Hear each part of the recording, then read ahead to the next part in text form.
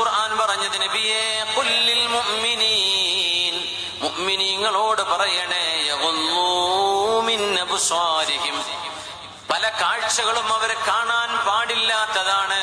അതുകൊണ്ട് കാഴ്ചകളിൽ ചില കാഴ്ചകൾ കാണുമ്പോൾ അവരുടെ കണ്ണുകളോട് താഴ്ത്താൻ പറയണം. വയഹ്ഫദൂ ഫുറൂജഹും, അവരുടെ രഹസ്യ ജനനേന്ദ്രിയങ്ങളെ സൂക്ഷിക്കണമെന്നും പറയണേ നബിയേ. വഖുല്ലിൽ മുഅ്മിനാതി, സത്യവിശ്വാസിനികളായ പെണ്ണുങ്ങളോടും പറയണം, പെൺകുട്ടികളോടും പറയണം.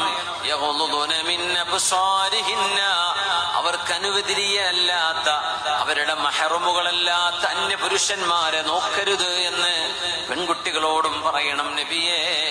വയഹ്ഫദുന ഫുറൂജഹുന്ന, ഒരു പെണ്ണിന്റെ ഏറ്റവും വലിയ സമ്പാദ്യം അവരുടെ ചാരിത്ര്യമാണ്, വ്യഭിചാരം ചെയ്യാതെ ജീവിക്കലാണ്. ആ ഒരു സൗഭാഗ്യം അവർക്ക് നഷ്ടപ്പെട്ടു പോയാൽ അവരുടെ ഏറ്റവും വലിയ അലങ്കാരവും ആഭരണവും എല്ലാം നഷ്ടപ്പെട്ടു കഴിഞ്ഞു.